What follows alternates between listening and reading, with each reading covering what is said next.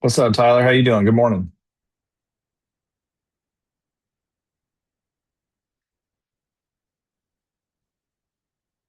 Can you guys hear me okay? Okay.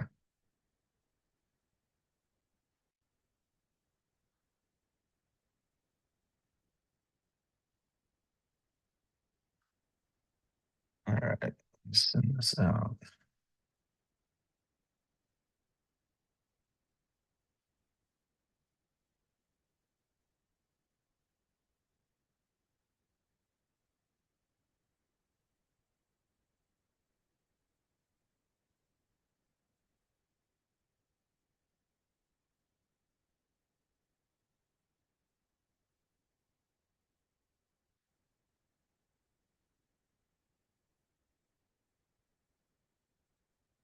What's up, Jason? Good morning. Morning, man. Dude, I like the haircut. You're looking sharp. Appreciate it. I'm gonna make you co-host. So if we've got other people that are joining, if you can just help me by letting them in, Will do. appreciate you.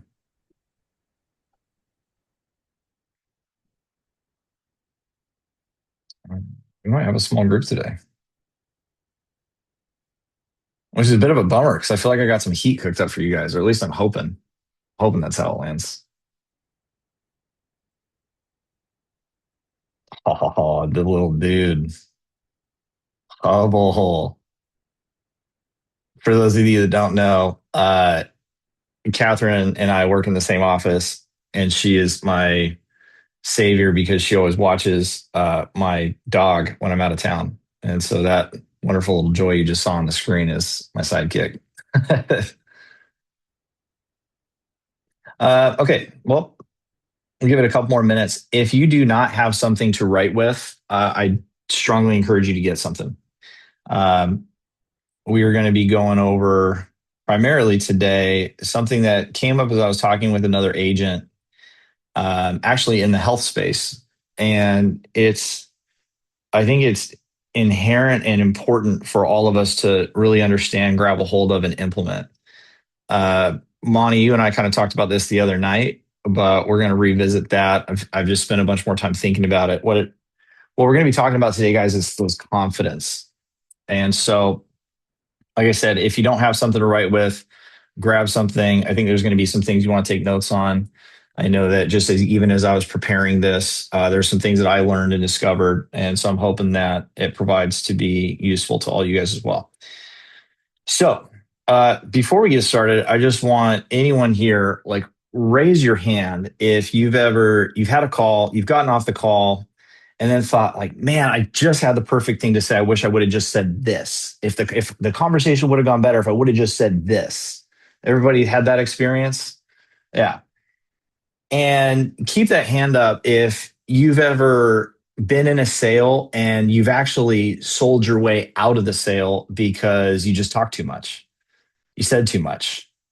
Have we been there? I know I've been there. So I want to highlight this because this is kind of the problem is that we as salespeople, we come into this industry and there's so much to learn. We're drinking from fire hoses. We're trying to intake, carriers and underwriting guidelines and different scripts and all of these things all at the same time. And every agent experiences this where we come into this business and we think like, gosh, I need to know more. I don't know enough. And that can be a trap because we can spend years and still not know everything that there is to know. But this becomes a bit of a trap for us because when we think that we don't know enough, that comes through in our communications. And so, what we're going to talk about today is confidence. And I want to define it. We're going to talk about some research behind it. We're going to talk about how to build it and how to reframe it so that we are delivering our conversations and our scripts with confidence because confidence is what's going to drive sales for you. It's not what you know, it's it's not what you say, but it really is how you say it. So the challenge that I think a lot of us have had is that when we have a client where we get off the phone, we're like, if I would have just said this, or I just talked too much. The challenge we're really having is that the client on the other end of that line, they know a fraction of what you do. If you have passed your test, which you have if you're on this call, you know more than 99% of the people that you're going to talk to. But we get in our own heads about all the things that we don't know, and we forget about how much we actually do. So when that happens, the client picks up on this sense that you feel like you only know a fraction of what you should, and they can tell that you're unsure. So today is really going to be about closing that gap, not by knowing more, but simply just by carrying what you already know a little differently.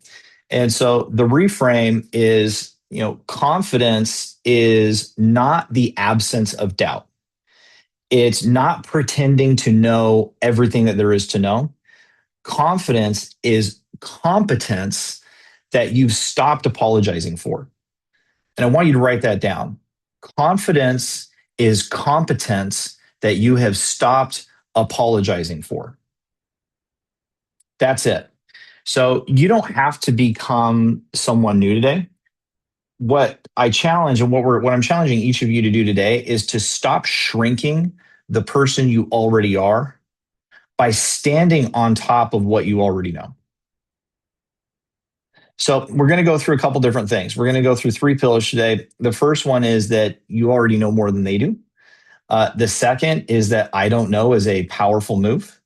And the third is to speak one step above our clients, but doing so in plain words. And then we're going to wrap it all up together and hopefully get this done here in about 20 minutes so that we leave time for questions, comments, those kinds of things. So this first pillar, you already know more than they do. On any given call, again, you're the most informed person in this conversation. So we need to act like it, like not arrogantly, but we should be acting like it. Like this is our duty to our client who needs a guide. Could you imagine if you hired a guide or you were talking with a guide and you had a guide that's like, I think I know how to get there, versus a guide that's like, we're going to get there. I'm going to figure it out. You're going to feel way more confident. You're going to go with the second person because you don't want to deal with somebody that like has that level of insecurity or lack of confidence in their own ability to guide you where you need to go. And ultimately, yeah, Paul, I got you for the last 5 minutes all day. Ultimately, the way in which you present and speak with the client, the confidence that comes through, but so does the insecurity. And so what we're here to talk about today is like, how do we become that kind of more secure person as we're talking? So this is the reality check, is that, I've seen hundreds of these conversations. Your client is making a once in several year decision, potentially a once in a lifetime decision. You've had hundreds of these conversations. They might have had 1, 2, maybe 3, right? So you know all the things you don't know. The client doesn't. You know the carriers, you know the underwriting, you know the gotchas, you know the comparisons. All they know is what they saw on a Facebook ad or what they've seen in Google at 11 p.m. They really don't know much. And so we really need to ground ourselves in this notion that by even just studying for that exam and passing it, you already know exponentially greater than your client does. So their uncertainty is not a sign that you're outmatched. It's really the reason that they called. So if they're uncertain, that should be expected. They're not uncertain because of the information you're giving them. They're uncertain because they're looking to you to be a guide to help them understand and figure out what to do. And your confidence, your presentation in that I know exactly what we should do is what's going to win you the deal, versus like, I don't really know. Your hesitancy, your insecurity, right? You're hedging your bets when you're making recommendations. That's what's losing business for you guys. It's not about what you're saying. It's about how you're saying it. It's about the level of confidence that you're bringing into those conversations. What I want to highlight is that there was a study that was actually done about 20 years ago, and it's called the confidence heuristic. So researchers, Price and Stone, and then this study was replicated by 2 other researchers in 2005, found that people infer expertise directly from how much confidence you express. So in one study, they looked at 5 things that could drive whether someone would actually make a decision or take someone's advice. The 5 things they looked for was trust, accuracy, confidence, and a few more. Confidence turned out to be the biggest factor. And the key takeaway is that people don't audit your knowledge. They read your conviction and then assume the knowledge is behind it. So when you're speaking with somebody and making a recommendation, if you're doing so without conviction, without your own self belief that this is the right thing for them, they're going to read that and they're going to agree with you. So if you are presenting in a way that you do not have this, like, I know exactly what you should do, I've seen other families do it, this is what works for you in your situation. If you're not presenting in that way, they're going to read your lack of confidence as this probably isn't something I should do. Does that make sense? Okay. So, what the study found is that the same true statement either persuades or dissuades based entirely upon how you carry it. So, when we're on the phone, what we want to stop doing is hedging our we want to stop hedging our bets. We want to stop saying things like I think or maybe or probably or I'm not sure but, and we want to replace those with here's what I do, here's what I'd seen other families done based on what you've told me, this is the right move for you. Or we want to stop saying those things that give us an out and start putting ourselves in a position where we're making a statement, we're taking a stance, we're giving them our opinion on where we think they should go, because that level of directness and guidance is exactly what they're looking for. When you deliver that to them, that's how we get positive buying decisions. Okay, is that making sense so far with everybody? Is this resonating with you guys? Like, where this is coming from is I was really trying to look at, like, if we all get on the phone and say the same thing, we all have the same script, we all have the same rebuttals, the same objections, we all have the same openings, we have the same closings, we all have the same carriers. Why is it that we see $70,000 a month closers versus $10,000 a month closers? And some of it can be it's work ethic. How many hours are they putting in? What are their inputs? What does their lead flow look like? Some of it's also just, are they delivering the message? Are they delivering that script in a way that causes people to believe them? And that's where I want to go with this. Is it's like our job is to get our clients to believe us because we know what to do. Even if we're brand new, we know what to do. And if you don't know what to do, the person sitting next to you probably does. Okay. Second pillar, I don't know, is a power move. So, guys, like, you're never going to know everything. And so let go of that. Let go of this notion that I need to be the I need to be the wizard behind the curtain, the all encompassing end all be all that is going to give you all of the information, because you're probably never going to know it. And even as myself, like, I've sat at the top of leaderboards. I've only been in this industry for 9 months. There's a ton of stuff that I don't know, but I'm not focusing on that. I'm not focusing on my gaps. I'm focusing on all the things and experiences that I've had that I can stand on top of the things that I do. And I also know the things I don't know are readily available to me via Paul or Spencer or any of the myriad of leaders, Jason, Travis, all these leaders that we have within our organization. We're all here for you to help you answer those questions. And so when you're talking with a client, if you're already standing on that competence that you've developed, saying, hey, that's a really good question, I'm not sure, I want to look into that further. I want to sharpen my pencil. I want to do a little more research on that before I answer that, because I want to make sure I'm giving you the best advice. Guys, I say I don't know all the time. I just did it with a lady. She was talking about her veterans group life insurance policy. And I said, gosh, I'm somewhat familiar with those, but I'm not extremely familiar. I'm going to do a little more research and come back to you on that, because I think this is a really important topic. She feels more confident in me because I am willing to say, hey, that's a really good question, I don't know. So there's two things that are happening here simultaneously. One is, when we're brand new in the industry, there's all this stuff that we don't know. We either have to have conviction in our purpose and conviction in what we do know and conviction in our resources, or we need to have the humility and willingness to be wrong and admit it. Either of those things will work. This came out of a call I was having with another agent a couple nights ago, where he's brand new. He doesn't know anything, but the way he speaks with a level of authority and confidence. I'm like, hey, where does that come from? Like, you haven't done this before. You really don't know much. Where's this coming from? And his response was, well, frankly, I'm just okay being wrong. Like, I'm okay going back to somebody and telling them, like, hey, you know what? I was thinking about that incorrectly. I made a mistake. That wasn't right. This is what's right. And so in that, when we feel insecure on the phone, it's either because we're looking at all the things that we don't know, or it's because we're afraid of saying something wrong and making a mistake.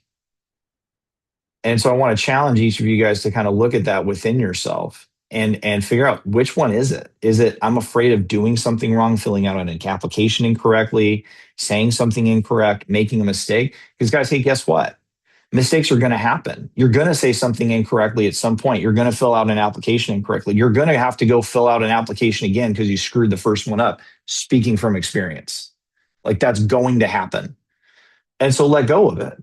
Let go of this need, any kind of need that you have to be perfect or be the best possible advisor or be right 100% of the time or give them the best possible advice that anybody could give them. Let go of that, because there is no such thing. What exists for you in the moment that you're on the phone with them, the best possible advice they can get is the advice that you're going to give them because they're there with you in that moment. So whatever's coming up for you and whatever direction you think they should go, if you make a mistake, you give them the wrong direction, have the humility and willingness to go back to them and correct it and be willing to do that, because it's okay. That's not going to end your world or theirs. And in fact, they're going to respect you more for having come back to them after the fact and say, hey, you know what? I was thinking about this. And I think we should actually do this a little differently. Also, speaking from experience, like we make those mistakes, guys. So let that go. So there is a caveat to this, which is in order to do the second thing, you kind of have to have the first thing, right? In order to be able to make mistakes and have that client earn more trust in you, you have to be able to stand on your competence when you present to them in the first place. Now, the funny thing is that by being willing to do the second thing, the first thing comes naturally. Does that make sense? I'm surprised that makes sense because it barely made sense to me. So all you guys that are nodding your heads right now, that's impressive. So the third thing that I want to just drive on is speaking one step above our clients, but doing it in plain English. Anybody have any ideas on how you might do that?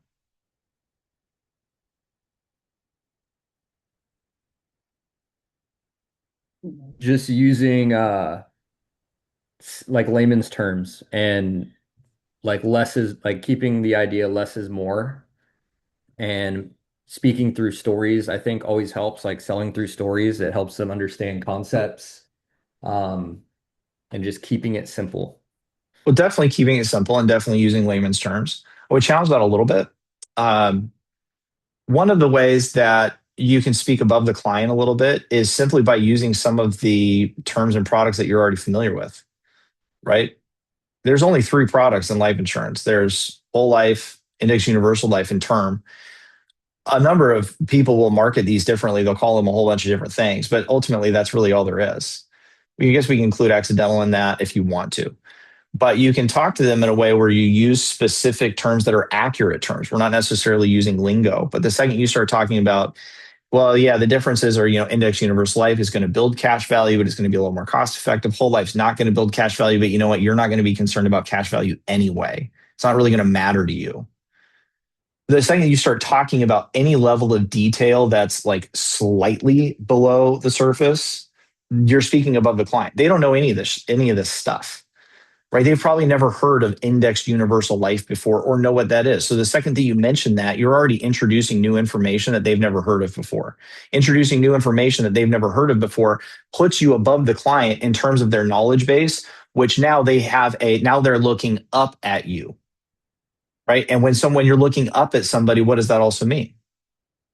It means you respect them, right? That means you see them as more elevated or educated than you are in this topic and in this domain, which you should be. And these are all really basic concepts. But if you talk about basic concepts with the client in a way that is simple for them to understand, you're speaking above them, but in a way that they can relate to, and they will reach the conclusion that you are knowledgeable, but able to communicate in a way that they understand, and therefore they will trust you. Does that make sense? So if we can integrate those three things, if we can stand on our competence, we can be willing to make a mistake and admit and just say, I don't know, and actually see I don't know as a power move. And we can talk with them about insurance using very basic terms that we use every single day. Another way to do that, guys, is you can say, well, hey, every carrier, most people don't know this, but every carrier, each of them have their niche. Does everybody know that? Everyone knows that, right? Transamerica is really good with what? Heart conditions, right? Corebridge is really good with what? Cancer. AHL is really good with what? BMI.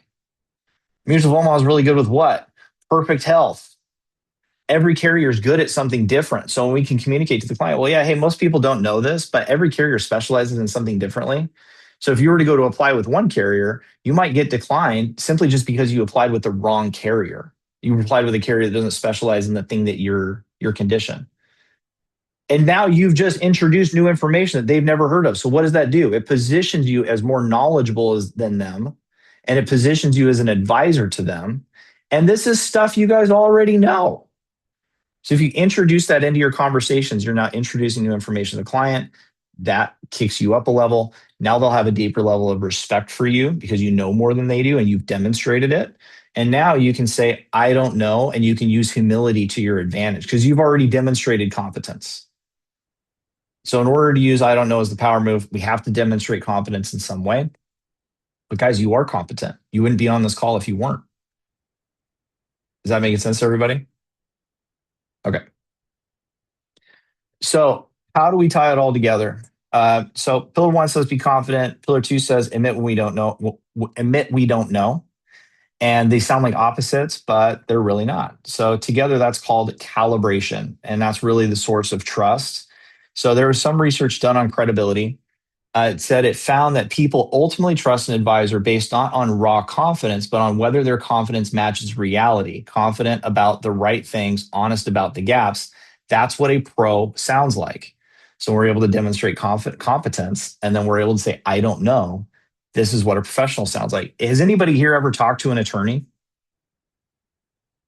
Attorneys will tell you all the time. I don't know. That's a really good question. I don't know. I'll have to look at that. Like they constantly will say that. They will communicate with you. And attorneys are making, I mean, some of these guys charge $2,000 an hour. And they will tell you, I don't know. So we have to be competent and confident enough to admit and say, I don't know. There's a gap there. Let me look into that. I will get back to you. That will earn trust with your client. Okay, we've got about 8 minutes left, so we're 3 minutes ahead of schedule. That's really what I wanted to deliver to you guys today. Is it's really not how much you know, how much experience you have. It is, can I communicate with somebody in a way that I stop sounding hesitant? Because when you can do that, your business will change.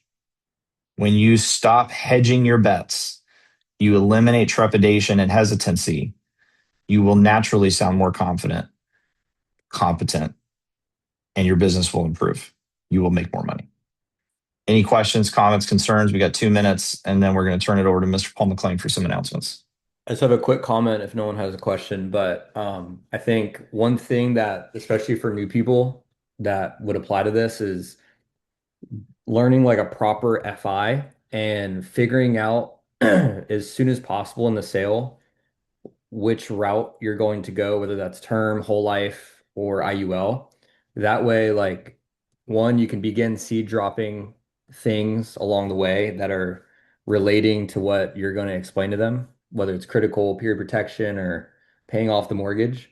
And then being decisive and like once you know what they're going to get, if it's like whole life, but let's say it's a scenario where like they're kind of on the border, they could do maybe a term with Foresters, but whole life is probably the best and you don't really know. It's like being decisive and just guiding them through and not giving them too many options because I feel like that's very confusing. And for new people, they're like, hey, what should I do? Like, should I do this one or this one? Or asking them which one to do.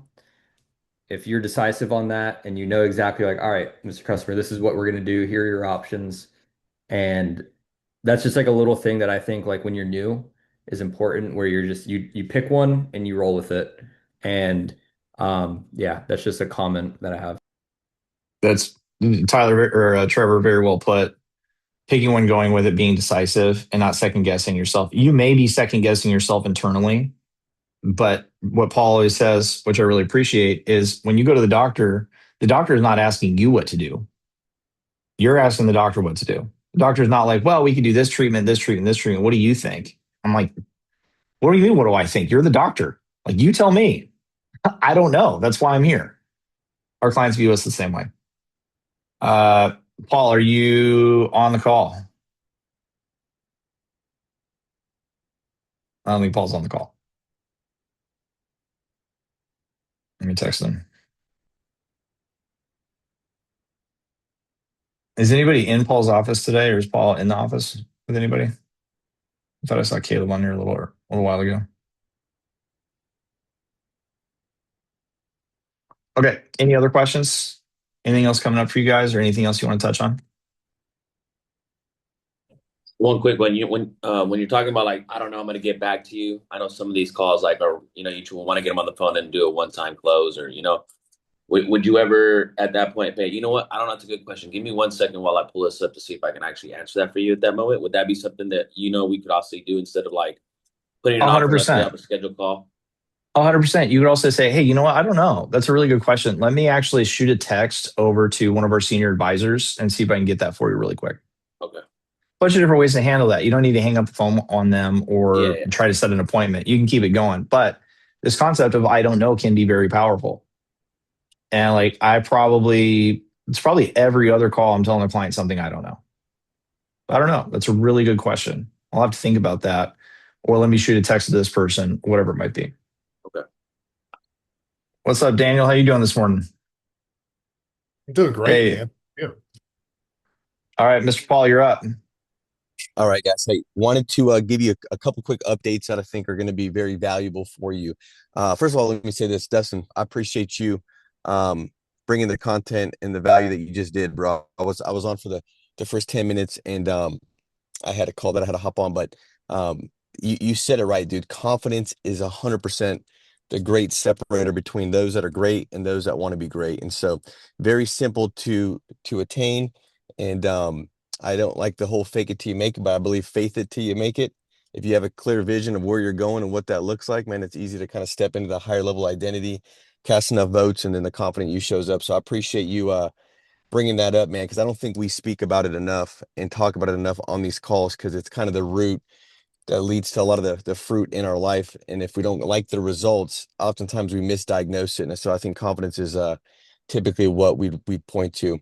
What I want to give you guys a couple quick updates on is we've got a new lead vendor that we've done some piloting with. In fact, there's some of you guys on here that have smiled more and been more passionate the last 2 weeks because of some good leads. How many know, like, good leads are like, it's like, it's health to your flesh, man. It's health to your business. Feels great.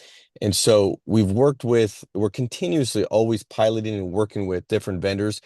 The reality is this, and I think a lot of you guys, as you go out and you build your business, one of the things that is a very effective way to build a business is having like this philosophy of experimentation, right? You kind of have to experiment, evolve, adapt.